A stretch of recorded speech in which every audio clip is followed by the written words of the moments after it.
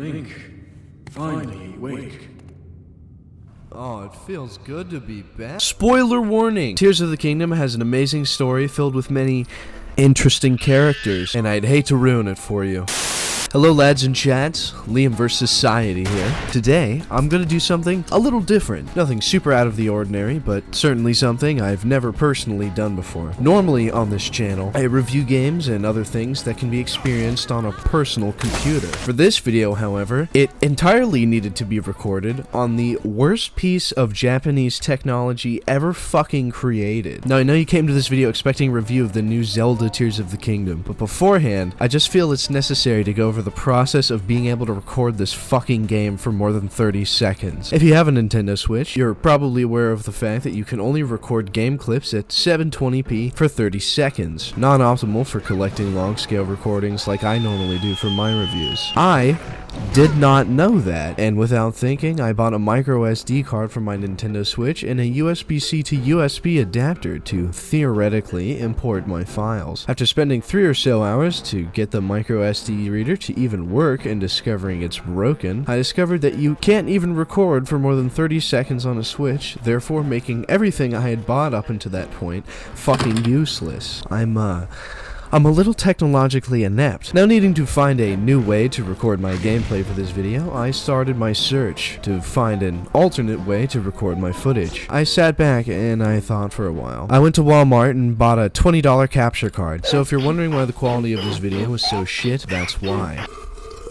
That was quite a heated intro, Mr. Society. What was this video about again? Oh yeah, Zelda.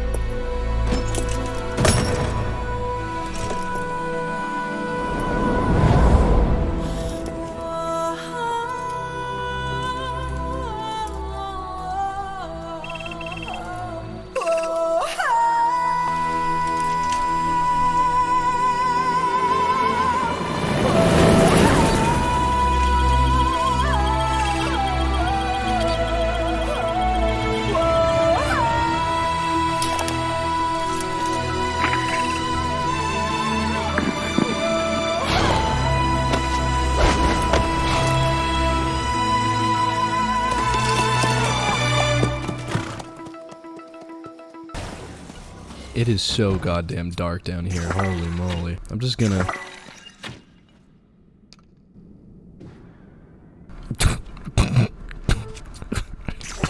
It didn't... didn't mean to hit him, but that's fine. Tears of the Kingdom has finally been released after a whopping 6 years, and it's an experience to say the least. Kinda hard to believe Breath of the Wild came out 6 years ago. Where did all the time go? Our main man Link is back at it again, this time with severe third-degree burns and much more feminine attire. Why is the first outfit you get like a skirt? What? Nintendo? Why is it a skirt? Yeah, Link isn't really helping the big meme that every single fucking protagonist in a Japanese video game loses his right arm at the start of the game. But that's fine, because I can't wait until I can unlock the stun arm. You'd think after the first world-altering cataclysmic event, the people of Hyrule would stop poking around in cursed temples that contain evil hellspawn capable of airing out the entire continent, but I digress. This time around, you awaken a comatose Ganon underneath Hyrule Castle. After Ganon, of course, rocks your shit, he pulls a Maid in Heaven and turns gravity in on itself, creating floating sky islands, as well as altering the entire continent below. This is where our story begins. On a floating sky island that looks like an arid Ireland with the bloom turned all the way up. Now, a lot of people are very passionate about this game. Some think it is creatively lacking, and some genuinely think it is the second coming of Christ himself. To dip into the schizo paint a little bit, the king being a goat man, who are the Zonai people who came from the heavens, is borderline satanic imagery. Could be an extension of that, or again, if you want to take the schizo angle, this is a result of a certain cult organization full of quote-unquote elites that are subtly inserting their propaganda into video games. Jesus, he's hand-mogged by everyone. He's hand-mogged by a child. Link was destined to be a bottom. It's over. I have to fucking remember that line. I disagree, so I'm going to start with the good things first, as to not get forcefully choked as hard as 90% of what this game's fanbase wants to do to Link. Get that ugly disabled freak away from me. This game's art design and choreography is amazing. All the new sky islands look like these little floating northwestern European continents with all the engravings and mining equipment scattered around. Hidemaro Fubayashi is a very talented, most likely repressed homosexual, and his talent certainly did not go to waste. However, one thing you're going to notice is that this will most likely be the last flagship title Nintendo drops before releasing a new console, because dear god, does this game have some performance issues. Art design? Utterly spectacular. Performance? I have no clue why Tears of the Kingdom runs so much more pitifully than Breath of the Wild, seeing as how they play almost identically, but I think it might be because of just how much shit the game has to render on a console that's basically as powerful as a stick of butter. Oh wait, shit, I'm supposed to be saying the good stuff first. Fuck! I'm genuinely amazed as to the sheer scale of this game. I genuinely played this game for over 40 hours before I even remotely realized that there is an entire series of underground hollowed out caverns to explore and mine in. Oh my god. What the fuck is that thing? Take that, asshole. Holy shit. Fuck!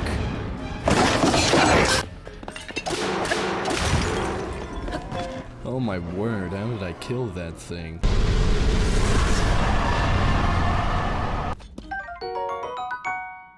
Oh great, a fingernail.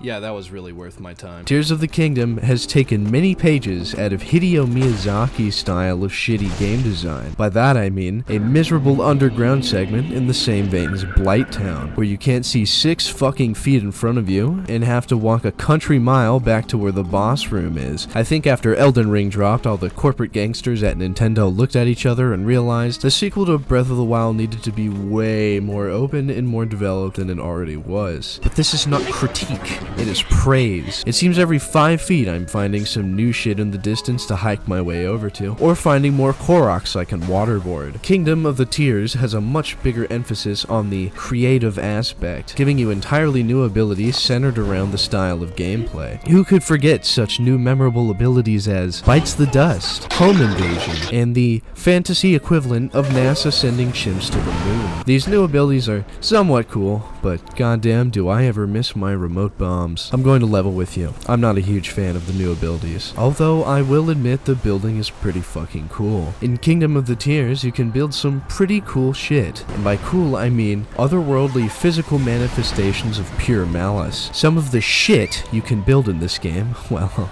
let's just say, if I was a bokoblin, I wouldn't be able to sleep at night. You may be wondering why these clips aren't the same quality as the other ones. That is because I didn't record them. Listen, I grew up in Germany. I'm German at heart and mind, but even with the express intention of building the most insane weapons on the planet coursing through my veins, it genuinely amazes me the actual A10 Warthog level contraptions these sick fuckers that play this game have come up with.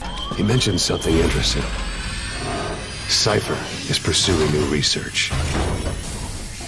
A weapon to surpass Metal Gear. I'm not joking when I say this. While browsing 4chan, I found a thread of a guy documenting how he literally kidnapped a girl from Gerudo Village using a makeshift helicopter. Nintendo knew they could extend the lifetime of this game by implementing new mechanics like this, and it totally worked. I'm sure for years I'm going to be seeing the more ridiculous shit being built in this game. Oh yeah, you're coming with me, homie. Oh, hell yeah. Shit. This isn't even the way I'm supposed to be taking it, but I'm going this way with them anyways. Tears of the Kingdom has a much bigger emphasis on characters and experiences than its predecessor. They really went out of their way to craft lovable and interesting characters and scatter them across the globe. Of course, what I've said wasn't genuinely true in the slightest. I just want to fuck Purah. That is a joke, of course, because the real baddie is Toro. Oh my god, okay. Yeah, I can't imagine the amount of porn that's about to be drawn of you. My favorite character in the game was quite possibly Ganon himself. Not because his boss battle isn't shit, but because how he looks like a fucking Gachamuchi character, and much like Ronald Reagan in the 60s, decided widespread drug addiction to hinder Goron communities was strategically the best way to keep them impoverished. Combat has had many changes as well. Weapons can now be used for more than 3 strokes without disintegrating in your hand to counter the entities now taking much more of an ass-kicking to go down. A lot of people like to criticize Tears of the Kingdom for playing almost identically to its predecessor, because of course, Zelda games are not known for playing similarly to earlier titles. These people are most likely Homo heidelbergenese that have recently been unfrozen from large ice cubes. It's best if you do not critique them for their seemingly massive suffering of the Dunning-Kruger effect. In Breath of the Wild, there was about 4 enemy types you'd find across the main world. Tears of the Kingdom has a much bigger variety in the types of enemies you find across Hyrule. This was people's main critique of Breath of the Wild, and I think Nintendo did a good job filling the world with new fitting enemy types. Now you can do what genetic dead ends do, and spend countless hours on this game grinding your Link, into a chiseled alpha male, or you can do what intellectually prowessed free thinkers do, and just dupe the ever-loving shit out of fairies, effectively making you into an impenetrable ball of rubber. Side note, it's been patched out. Fortunately for me, I already have duped enough fairies to last the game 3 times over. Instead of the spirit abilities you get for clearing out the 4 divine beasts, now whenever you make your way through the game's 4 main dungeons, you're given a fucking behelit. And in return, Link is granted his own 4 unique JoJo stands. The sage's abilities are pretty cool and fairly useful. In theory, they are supposed to help you in combat by doing additional damage to enemies. In practice, if wherever you're standing is elevated, 90% of the time before killing them, they'll send the enemy in particular careening off the side of the cliff. Sages are cool and all, but more often than not, you struggle to pick up anything without inadvertently triggering their abilities, which gets annoying quickly. I think it also kind of destroys the game's immersion a bit, since you've got an entire street gang of people following you around. To compensate for the Divine Beast dungeons not being in this game this time around, Nintendo decided to make each one of the shrines an utter fucking pain in the ass to get through. Now that the new abilities have been added, it's ushered in this era of everything being able to be done 3 ways. This is a good idea in theory, but it inadvertently makes all the puzzles in this game just a pain in the ass to solve. This game could genuinely sometimes be a perfect substitute for vasodilators, and if I spent the time to hook up my microphone to OBS and record my Switch, I would genuinely have at least 20 hours of footage of me just banging my head against the wall, trying to figure out how to do some of these puzzles. Now I'm going to try and articulate these words very carefully as to not get my head pulled in half in the comments.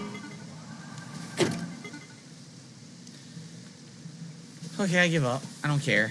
I really don't care. Be warned, I'm about to criticize a game you probably like. Tears of the Kingdom, fundamentally, is a good game. In tedium, however, you start to realize, wow, I've been making out with a pig with lipstick on. Non-linearity in games, I'd argue, makes them better. However, non-linearity in puzzles do not fucking coexist in the slightest. It sort of alienates the player and makes them think, did I solve this the proper way, or did I somehow bullshit my way through it? Like in one shrine, there's a big empty room, and a target you have to hit. Now I was here for a good long while before I just caved and searched up a tutorial. What you're actually supposed to do was use a bunch of random pieces of wood around the shrine to make a rudimentary makeshift colossal sized bat and then use that to hit the ball into the target. Congratulations, if you managed to figure that on your own, you've earned the title of literally him. If you're worried you're a dumbass, don't worry. Everyone who's done this shrine thinks so too. Your reward is 1/5 of a stamina wheel. Maybe I'm just a homo erectus that cannot comprehend simple instructions, but some of these are really overcomplicated as shit. Tears of the Kingdom is fairly refreshing because there's actually more than 5 bosses to fight. I will say though, the bosses that are kicking my ass have had a much bigger effort put into them than Breath of the Wild. In Breath of the Wild, they just threw the literal exact same boss at you 4 times in each one of the main dungeons. Tears of the Kingdom going out of its way to add like 100 new mini-bosses, as well as unique ones for each dungeon, is pretty commendable. Good work, Nintendo. Maybe now that you're done making your devs animate dozens of new bosses, you can cut the suicide net lining your office building. In an overall conclusion, Tears of the Kingdom is a fun, overpriced, yet amazing game, with lots of free reign for creativity and hundreds of things to do. And I expect to see clips from Tears of the Kingdom for years from now. And while I personally think it's a pretty good game, I do not think it is this second coming of Christ that all the washed up game reviewers we keep around for some reason say it is. It's a pretty goddamn good game, made by very many talented designers, but let's be honest, gentlemen, it's not utterly perfect. Nintendo has followed up a triumph with a triumph,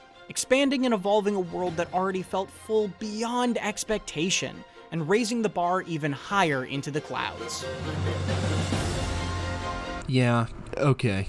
If you say so. If you're wondering why this video took so long to come out, I assure you, it's not my fault. It's Overwatch's. Believe it or not, editing videos on the same device you play Tarkov on takes quite the toll on your productivity. Wait, on my screen you're just running in place. Oh my god, I am. Please do consider checking out my Patreon and my other links in the description for access to some perks and to get your name at the end of videos. Big shout out to my one patron, he's a swell chap. As per usual, thank you very much for watching. New video in, I don't know honestly. But there will be more content soon, so stay tuned. And remember gentlemen, this is a Hylian neighborhood. Koroks keep moving. I close my eyes and seize it. I clench my fists and beat it. I light my torch and burn it. I am the beast I worship. I close my eyes and seize it. I clench my fists and beat it. I light my torch and burn it. I am the beast I worship. And I know soon come my time, but in my board a pale horse burns. I feel not the time. I'm taking past the point of no return. I'm naked with my kids. I have sex in front of my kids. I'll never be ashamed of sex. My son be breastfeeding, I'll be making love to his mom. That's me, bro.